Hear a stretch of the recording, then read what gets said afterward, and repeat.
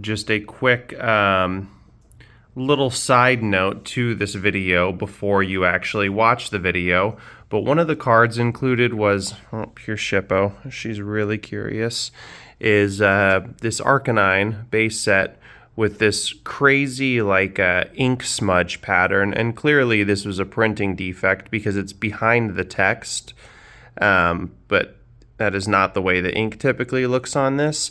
I posted it in the Error Facebook group and already sold this one individual card for $50. So I just wanted to point that out because if you buy collections and stuff like this, always keep an eye out for irregularities. I mean, most of the time it's going to be nothing, just sort of like a printing defect, but stuff like this, especially on vintage cards, is very desirable to the right people. Anyways, please enjoy the video of the full breakdown of the lot that I picked up. Hey guys, Riley Spanish here. In this video, I'm going to go through another big lot of cards that I picked up. I'm back home now. I bought these while I was out of town. I actually bought them on my way out of town, or back home from out of town, because the guy was like kind of on the way back home. I was in Tampa, basically, Clearwater technically, but I don't know if everybody knows where that is. Tampa, Florida though. My way back home to Jacksonville, stopped somewhere in between. A lot of beat up cards here, but I have them all organized by set, so I'm just kind of going in release order, starting with base set. A lot of the poorer condition vintage cards I usually make one big bulk lot of and list on eBay like heavily played and damaged, and then end up getting, actually if there's a nice shadowless Electabuzz, end up actually getting a fair bit for those lots, do like 100, 150 heavily played damaged vintage cards, and we usually sell for at least $50. But I'm going to have a lot more than that this time around. Anyways, though, even stuff like, like if it's damaged, I'll still list all of the starter Pokemon and the rares and stuff like that on my store. This one's super gross. It looks like it got burnt or something. Moving along to the jungle cards.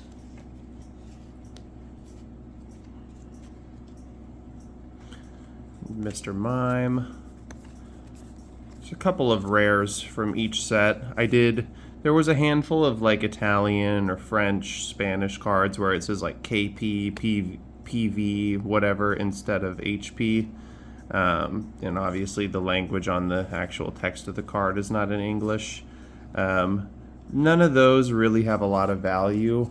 Obviously English and Japanese do, but I definitely set those aside. I'm gonna just put together like a big lot of all of those that I accumulate over time and see how that does on eBay. Fossil. Oh, and price that I got this for, I don't remember, honestly. Now that I'm home, got this all organized. It was over $100, under $200. I know that. I just don't remember exactly what we settled on because we were kind of wheeling and dealing in the parking lot of a Wawa. There is a nice Dragonite, Hitmonlee, Kabutops, bunch of rares there.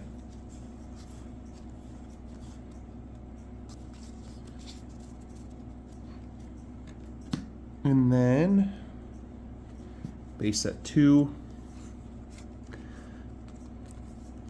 Bit nicer condition on these base set 2 cards for the most part. Still some that are pretty beat up in there, but it's really like the base jungle fossil cards were the worst condition, and they definitely seem to like gradually get better as we get to newer cards. But mostly bulk, couple good, rares and popular Pokemon in the mix though. Definitely some good stuff. And then Team Rocket. Dark Machamp is a nice one. This is some first edition. Dark Dugtrio. There's a fair bit of first edition mixed in as we get further. Dark Flareon is always a nice one. Alright. And then let's do the two gym sets. Heroes and Challenge are both in this stack. Starting with Heroes because it was first. And there's going to be a bit of first edition mixed in here.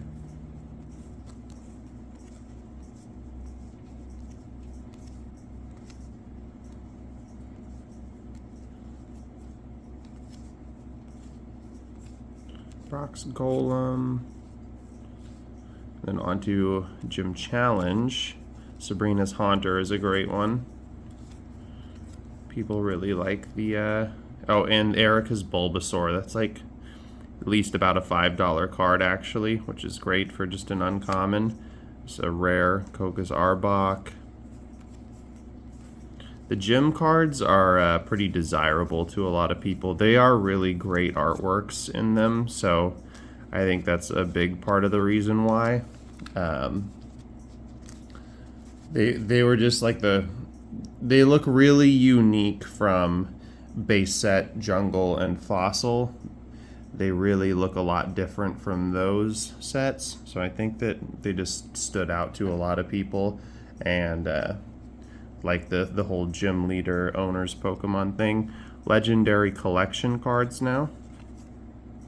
And certain cards have changed their rarity in this set. I don't have a complete set of this, but I'm working on it slowly. It was less important to me than base set, jungle, fossil, Team Rocket, because this is just a culmination of those. But like, this is the Fossil Haunter, and it was a rare in that set. Uncommon in this. Jinx was not a rare. It is a rare in this, but it was not a rare in base set. Same with Golem, which I believe there was one in here. Golem in Fossil was an uncommon.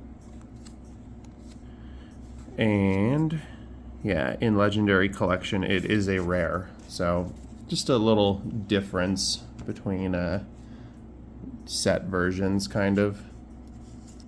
And now I'm going to go through the Neo sets, starting with Neo Genesis.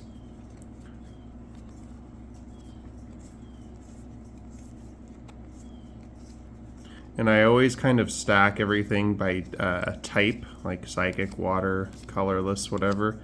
And then I sort them into, duplicates. That way, when I go through, put conditions on these and then get them listed, it's all just like, how many copies of this one thing am I listing? Do it all on the one page. It makes it go a lot faster than going back to the same thing a couple times. 2 Magbees, that's a nice rare.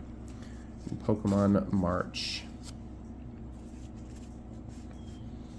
And then Neo Discovery, which has 2 holos. 2 of the exact same holos. Unknown A. Hard to see on the camera, but these do both have like slight creases there. You can see on that one pretty bad. And this one has like an indentation on the bottom and a little up higher. So I didn't really care about getting them sleeve top loaded, whatever. They're both damaged. They look nice though. Yeah, 2 holo Unknown A.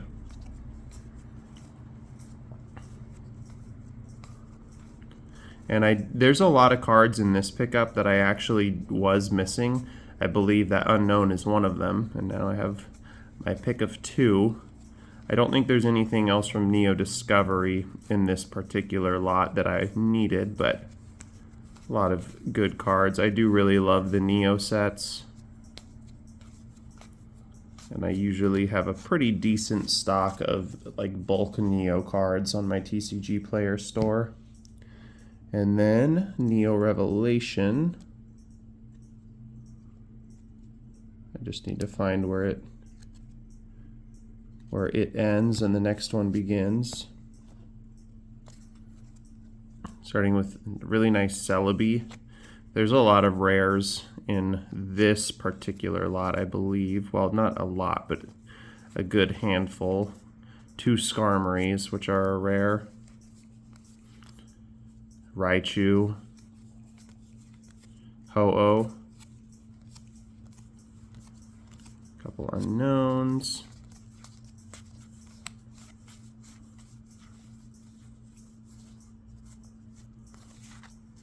And then on to Neo Destiny, which there was the most of all the Neo sets. There was the most Neo Destiny, so I'm going to do it in 2 stacks, which is great because Neo Destiny is the most valuable set of all 4 of them, even bulk-wise, because people like the light and dark Pokemon. Oh, that's at least the reason I think that it's more.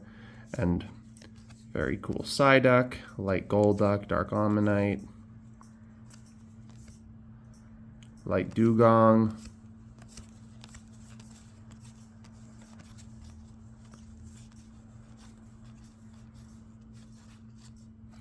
dark Forretress, 2 of those, and then let me pick up the next stack of these.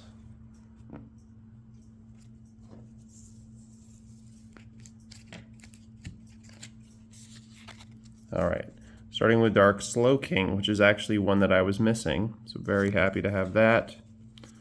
Some unknowns. Ghastly. Slugma, Dark Magcargo, it's a nice rare. Dark Quilava. Light Flareon is another one that I needed. The Light Evolutions are pretty valuable cards from this set. Nice Jigglypuff, Light Wigglytuff, Dark Flaffy, Dark Pupitar, a couple of Houndour. So that is it for the Neo. Then on to Expedition. Starting with Pikachu and Raichu. I do really like all of the WotC e-reader sets. Clefable, a rare there. Vileplume. A couple different Chikoritas. Weezing. Magby is another rare. This Charmander is a very cool artwork. I love the Charmander from this set. There's actually 2 of each starter, but this is definitely the cooler of the 2 in my opinion. A reverse hollow multi-technical machine. Switch, dual ball, bunch of trainers in the back end. This one's really gross, but Copycat, Bill. Then some Wizards of the Coast promos. The number 14 Mewtwo, Togepi, Zapdos, and the Entei, pretty beat up. But I love that Entei. Very cool card. Not worth a ton, but it is a very cool card. And then I'm going to go through the EX era cards, and that will be about it. There's a couple other miscellaneous things I'm going to show, but the EX era stuff is the end. This is the one EX era promo that was in there of this Meowth. And then Ruby Sapphire, starting with Ralts, reverse Makuhita, Mudkip, Weezing, Trico, Sceptile, reverse Energy Switch, Hollow Metal Energy. Then on to Sandstorm, just a few cards from Sandstorm.